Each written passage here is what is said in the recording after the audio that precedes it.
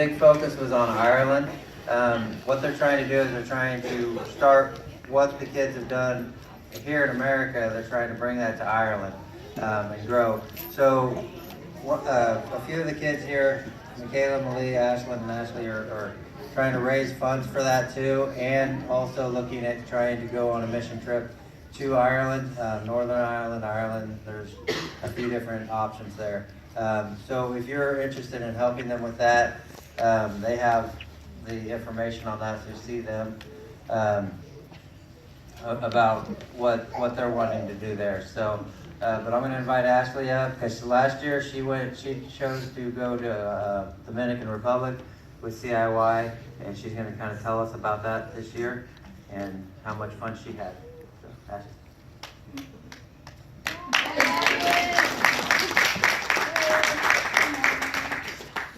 Yeah, this summer I went to the Dominican Republic. It was June 15th through the 24th. So it was a 10-day mission trip, and we can start the slides.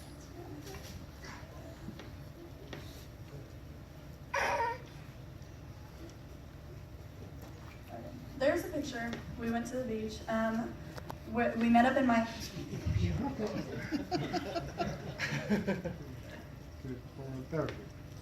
Yeah, there's a picture. We went to the beach. That's just starting the picture. We met up in Miami. It was like a total of 23 to 24 people, which is a really big group because like right now they have a group in the Dominican with like 9 people. And so it was a big group, and I came alone, which apparently is not like normal when you're doing mission trips. And so there were probably about 3 other people that went alone out of all 23, 24 of us. Our first day together, we traveled to Santo Domingo, Dominican Republic. That's the capital. Settling in. We stayed in a host home, and it was owned by a wealthy lawyer, and their house is probably the size of like a normal house in America, but it was like 18 girls and like 7 boys. And so all the girls, their air mattresses were like this far apart. And then there were 3 bunk beds that I stayed in one of the 3 sets of bunk beds, and they were this far apart. So imagine like waking up in the morning and having to turn yourself. It was wild. And there was like low AC, and it was 100% humidity all the time, and insane traffic, like bumper to bumper traffic 24/7, and they would like hit each other, like just fender bender each other all the time, and it didn't even ruin their day. They were just like, hey, sorry, and then they moved on. It was wild. Like here it would ruin our day and we'd be talking about it for weeks, but there they just say whatever. And motorcycles just drive through cars all the time. No big deal. It's just insane. Day 2, we went to the orphanage. We went to a leprosy colony, and we had a youth group at the Dominican church called El Circulo. At the orphanage, they had really bad situations there. Like, none of the children can ever be adopted, so they basically just stay there their entire lives until they turn adult age or they get married off. Sometimes a lot of kids get married off early in school so that their family has money, or they have money to older men that get married. Ashlee, who made the rule that the kids can't be adopted? Was that government? Yes. The government there is very corrupt and just, it's not a good deal. But some parents go to jail. So, you have normal orphanage cases where like some die, some go to jail, but there's a lot of incest cases where like the fathers are also the grandfathers, and just like abuse cases, just bad situations there. We brought a lot of toys and coloring supplies and stuff like that, and we also brought like Polaroid cameras because a lot of the kids don't ever get like pictures of themselves. So they were really excited to see that, and they just kept saying like pretty over and over again when we gave it to them. It was such a great experience for all of us. And there were 32 kids there, and only 7 staff that stays round and round. Like, In a lot of places you try to balance out your staff with your kids, but like usually there are probably about 2 staff for 32 kids. And they're all girls except for 3 boys because they didn't want to split up the siblings. So that was a lot of fun. And then the girls insisted on braiding our hair, you know, like the typical, like they would braid our hair, and they started singing Spanish hymns. And like we would recognize the music, and we would sing it in English, and it was just like we were all singing together, and like there was a language barrier, but there wasn't a barrier spiritually, and it was amazing. One of our Dominican leaders said that it was the first time that they had ever seen the kids at peace and comfortable and united, because they're almost always like bickering or at each other's throats, because like it's tough to live in that situation and not get down. So they said that it was the first time that they ever saw the girls at peace and comfortable. And yeah, that made me cry just a little bit when I heard that everybody was crying. Here's some pictures. Like the picture on the bottom, that's Alejandro. He's one of the only 3 boys there. And then the top left, the girl, like she's booing. She would boo this kid every single time. Like it started to become like a game. Like it was like good-hearted, and like it was so fun because she would just say boo over and over again. And the picture on the top right also, there's some girls, and that's a bubble, and like you can't really see her, but she's the girl to my, like on the left of me. Yeah. And her name was Marisol, and she would just say wow after every single time a bubble went. Like she would just be like, wow, like it was like magic to her. It was so amazing. Yeah. And then there's another girl, and she really liked getting her picture taken. I swear, she walked off with at least 4 of my Polaroid pictures. And she just had so much fun. And she kept like playing with my hair and calling it like bonita, and I was like, I didn't really know what that meant. 2 years of Spanish, and I didn't know what it meant. So apparently it means pretty. But and then the picture on the right is the view outside of the orphanage.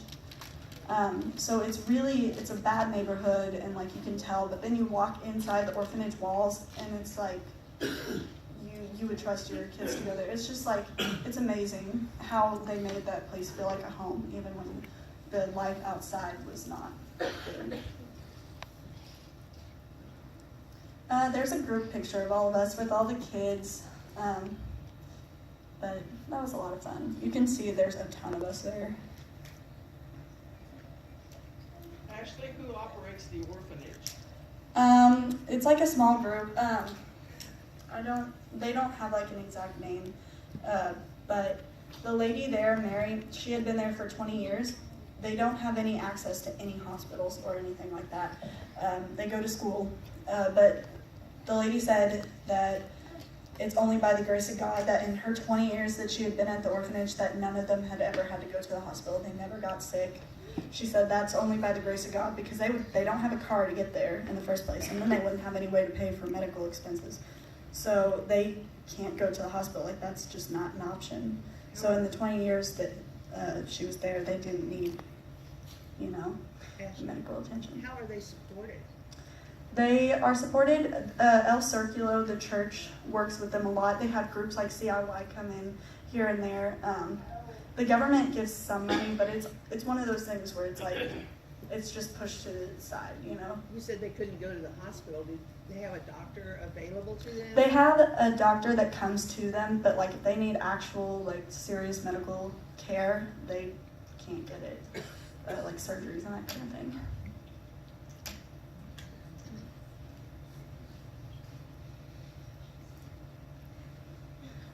Okay, so the leprosy colony was, leprosy is something that we don't really see here, and the government does enough just so that they're not contagious, but otherwise they still have to live with the effects of leprosy. It was a very nice area for people with leprosy to live, and a lot of them lived there 50 plus years. One man had been there, his name was Reuben. He had been there for 50 years. Just no fingers, stubs for hands, deformed nose, club foot, and he was in a wheelchair for more than 50 years. And he talked to us, and at one point we were like, do you ever get mad at God or anything? Do you ever wish that you weren't in this situation? And he said, just simply, what God does is well done. He had no bitterness or remorse. He said, God has a plan, and he's here. He made me like this so that I could talk to you guys. And he said he loves having the opportunity to spread God's love through what he has to go through. But he's ready to go home to God. He said he's very tired, and he's ready to go home. So that's him in the front with the white hat, and that's just some of our group. You can kind of see that eating area. There's like no AC, but it's still really nice. They had like one of those small TVs with the antenna that you see from like 20 years ago. But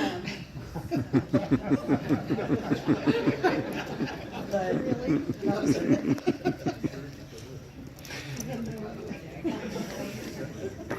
And then we brought like packages and care packages, and we talked to all of them. And it's actually run by a group of nuns, so like they were the strict nuns that you like kind of see, and they scared me a little bit. But they like sent us into one room, and one lady was like, "You go in there," and I was like, "What?" And she's like, "You go in that room," and I was like, "Okay."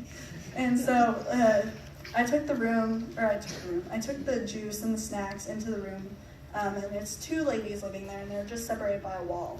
And one of them in the farther room was just laying on her bed, like she couldn't even get herself to sit up, and it was very sad. So I just left it on the counter, said a little prayer, walked back into the other room. In the other room, the lady was sitting upright in her bed, cross-legged, just rambling in Spanish. I didn't understand a single word, so I just kept saying, no hablo español, and she would just be like, oh, and then like keep talking in Spanish really fast, and I'm like, sorry, I don't know. But she was very, very thin. You could see the collarbone, just everything sunk in. Her shirt was in rags, she had been wearing it for a very long time. She didn't have any fingers or anything, and like no teeth, sunken nose, just very, very sad thing to see. So I actually helped her open like the package of crackers and the juice box and everything, and she had to hold the juice box like this. So I kind of helped her maneuver that, and it was like you even if you go in like nursing homes or something like that, it's still a very well taken care of place, and like they can function.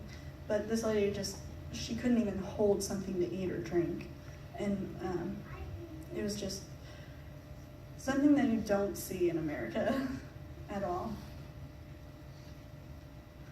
Okay, and then so after that we kind of did some reflecting and stuff, and after that we went to youth group, which was amazing. I loved it so much. We played games, and like they immediately welcomed us into their family. Like some of them didn't even speak in English, and they were just like, oh yeah, you're part of the family, come on in.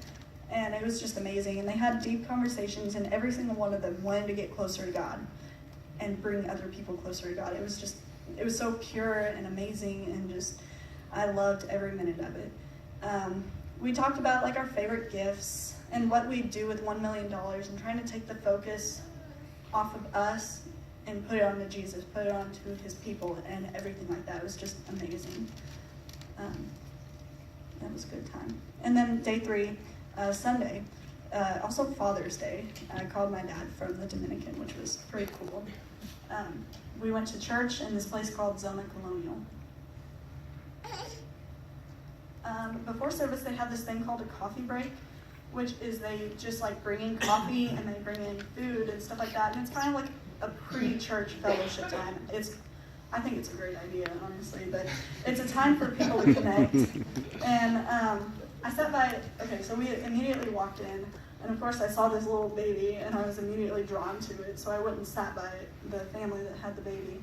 And I was like saying hi to the kid. I was just like, hi. I was so excited, and the dad actually and took the baby and passed it to me, like thrust it into my arms, and I was like, you just handed me your kid and I don't even know your name, kind of thing. And they were just like the most loving people, you know. And I also played with the siblings. It was a little girl and then her younger brother, and they played so well together. Like, it reminded me of seeing like me and my brother play together when we were little. So we took their picture with a Polaroid, and they were so happy. And the girl actually didn't speak any English, but the mom spoke a little bit. So the girl wanted to tell me thank you, like in English, and that my hair was pretty in English.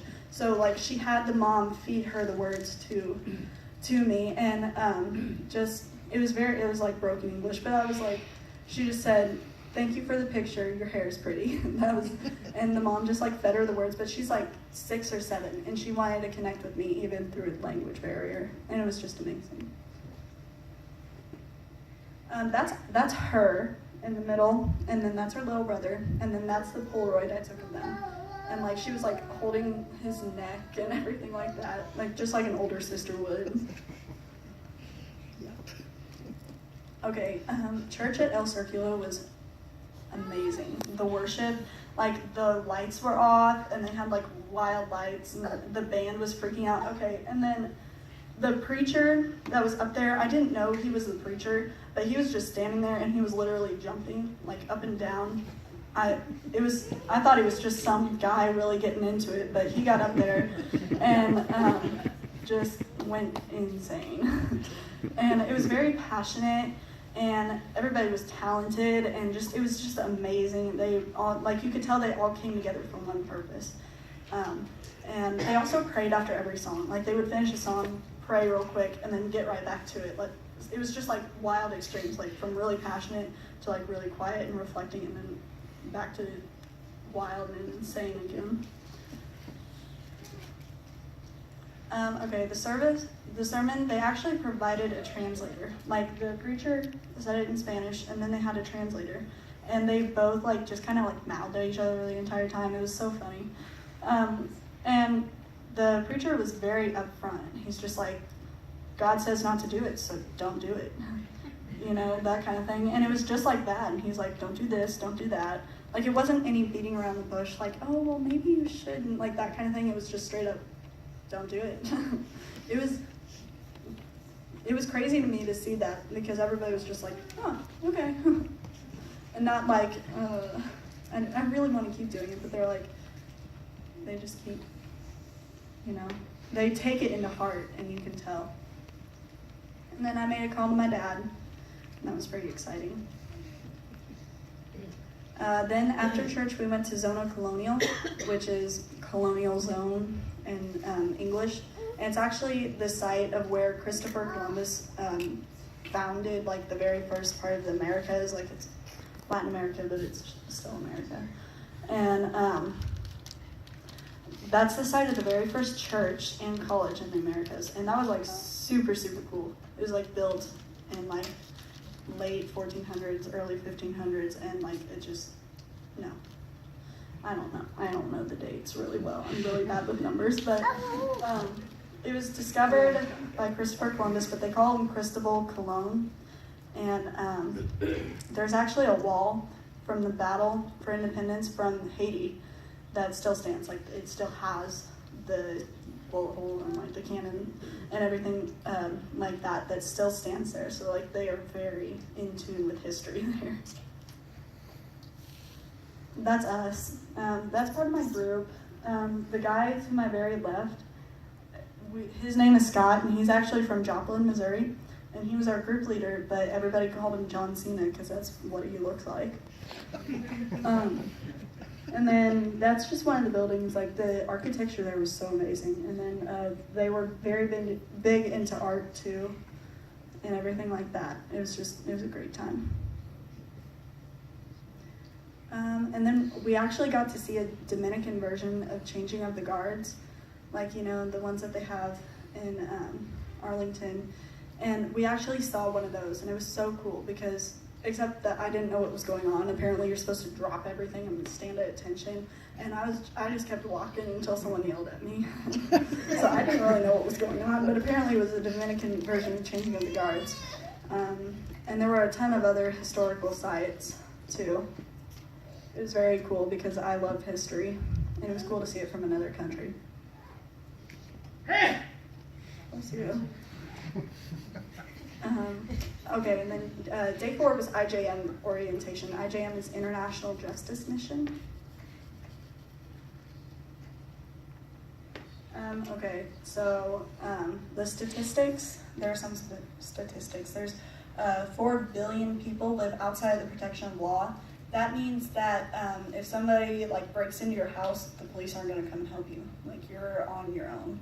If someone kidnaps your kid, you're on your own. If someone murders someone, you're on your own. Like, I mean, it was just, that's insane to me because, like, for us, we just pick up a phone and they are here to save us. But for them, they have to fend for themselves all the time.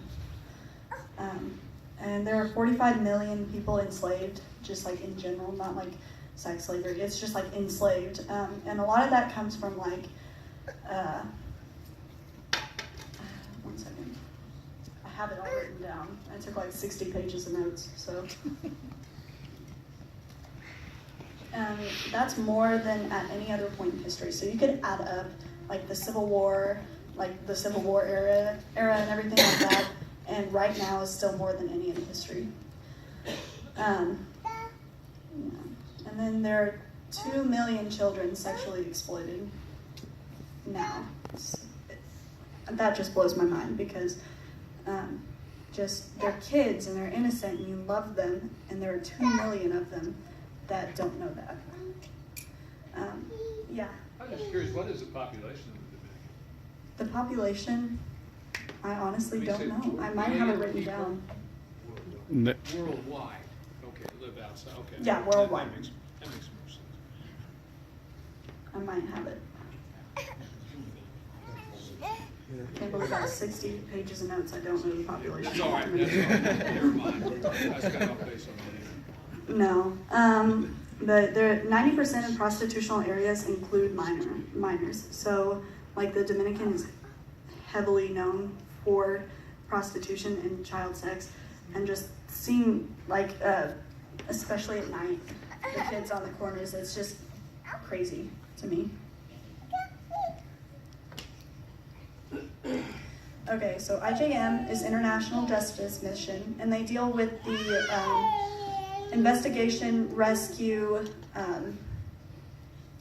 just like busting the houses and stuff like that, but also aftercare and the cases involved with that. So trafficking, someone sells a minor for sex, an adult pays, and sometimes they make pornography and stuff like that. And that goes on every single day. Right now it's happening. And the Bible focuses on the poor and vulnerable, and God loves justice, and it should be important to us, and we should try to bring these kids to justice, try to bring them closer to God and get them out of that situation.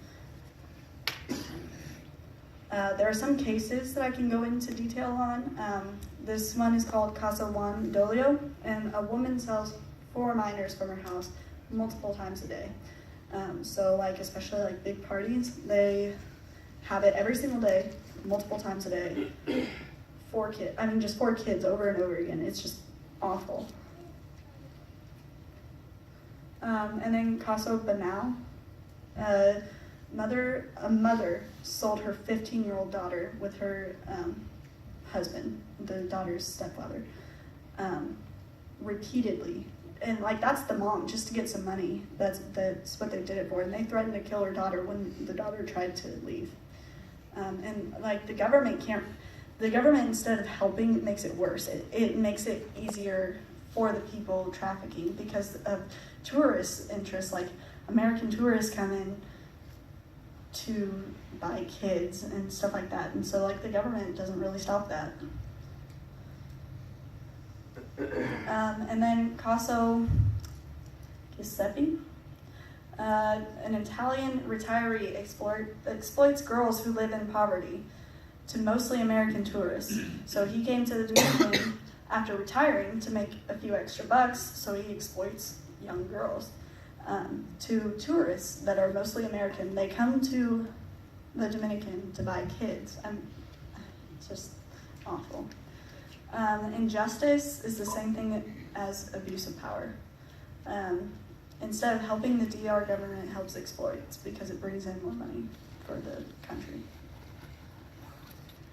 IJM's calling, they protect the poor by rescuing victims, bringing the exploiters to justice, restoring survivors, and helping local law enforcement. So the law enforcement is really weak there. They don't have a lot of power or enforcement or anything like that.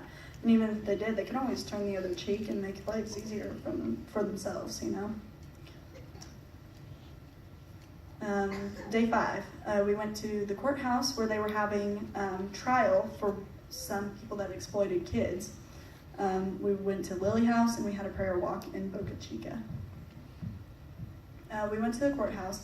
We had to take a taxi because the van broke down, and that was terrifying. It was the most scary experience of my life. And we got in there, and the guy was just like, that it? Because we only had 3 kids in the back seat, and apparently that's not normal because usually they have like 5 people in the back seat and 3 people in the passenger seat. So we got in there, and like he was driving. I did the math because they have it in kilometers per hour instead of miles per hour, and we were going about 80 miles per hour down like a town street. It was just, I was literally grasping the seats, and the seatbelts didn't work, and it was so scary. And then pedestrians just cross the street whenever. So he like slammed on the brakes one time, and I was like, how did we not get in a wreck? How did we not hit anybody? And that's normal, apparently, so I was just trying to deal with that. So we got to the courthouse, and like I walked out, my legs were shaking, it was so scary. And the minors aren't allowed to go in, and I'm a minor, so we weren't allowed to go in. And they were having a trial for 9 exploiters in process, but 2 didn't show up so that they could avoid and push the trial back even farther. So that's been happening for about a month or 2 now. And we kind of had like a Q&A on the courthouse steps, and it was so hot. It was like 95 degrees plus 100% humidity, so that was a little miserable, but I was still, like, you were still there. You still get to kind of see what happens when we bring these people to justice. And then we went to the Lily House. It's an aftercare shelter for girls previously trafficked. I cut off the words there. There are 3 actually currently living there, which I thought was kind of crazy because you'd think there would be more, but apparently, I mean, there aren't. But there are many others attending like therapy-related activities. They have like group time, and they can bond together and kind of lift each other up after all the sadness that has happened in their life and everything like that. They were singing hymns in Spanish. One of them was "I'll Fly Away," and like that was really cool to see because you could hear it, but you didn't really understand the words. They also had a gift and coffee shop that was literally run by the girls that go there, and the gift shop was from everything that they made. And I got some stuff, and I spent way more than I think my parents would have wanted me to there. But so that was pretty fun. And then we did a prayer walk in Boca Chica.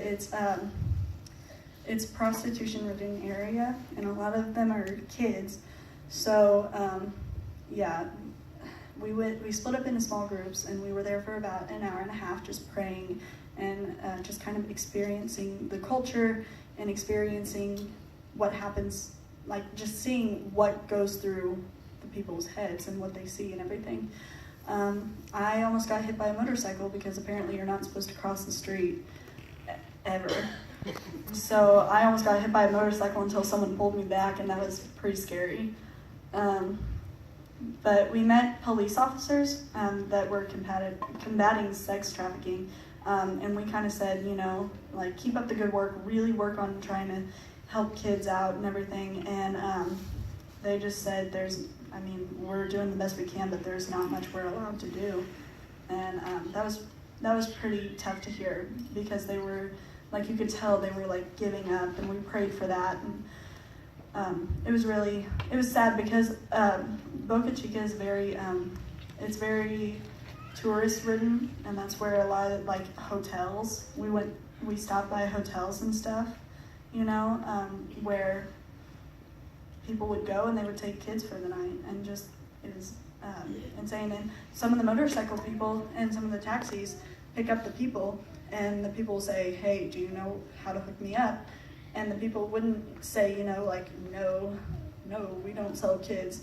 They would say, yeah, I got you some kids. And they would even travel with kids in the back seat. And so that was pretty hard to see. So we passed out flyers and stuff. And you'd think like in America, if you passed out flyers, you would immediately take one look at it, throw it away. But these people actually looked at it, and some of them actually stopped and prayed for like when they got it. And that was pretty cool. And also security, you would think, like in America we have a lot of security in home systems, but instead they had fences, like just like blocks of concrete that they broke bottles and stuck the glass on top so that people trying to break in would like cut themselves on the top. And I thought that was wild and worth mentioning. So day 6 we went to a village called Katui. We did a prayer walk and we helped out at the school there. It was a 2-hour long drive from Santo Domingo to Katui. Everyone was sick, so that was a lot of fun. And it was my first time seeing the mountains. Like, it was way up in the mountains. We were just driving there on narrow mountain roads in a big old van. And they had dilapidated shacks for homes. So like, think of rural Adrian. That's their nice town. Like, that's Santo Domingo. And then now in the rural towns in Dominican, they have shacks for homes, bone-thin horses for transport, and they had a lot of like brooms made out of twigs, and just like 10-year-olds driving motorcycles, just like that kind of thing there. Here's some examples. Like, these are one of the actual nicer houses, except for the one on the right. That's usually what you would see. You would see like just an open area with just a roof. That's it. And like that just doesn't happen in America. It doesn't fly. So that's just kind of what we saw. The bus ride, bone-thin livestock roaming freely, not even tied up, just walking wherever. And then if we ever stopped, like if we ever had to stop and stuff like that, men would bang on the doors trying to like sell us stuff. And that was pretty scary because at first I didn't really know what was going on. And they were just like banging on our doors and our windows. And I was like, okay guys, this is it. And they were like, oh no, they're just trying to sell us like pineapples and stuff. But there were a lot of bare feet, and the roads were really bad. Like, we think we have bad roads here. No, they're really bad there. And no police. I mean, like I said, they were out of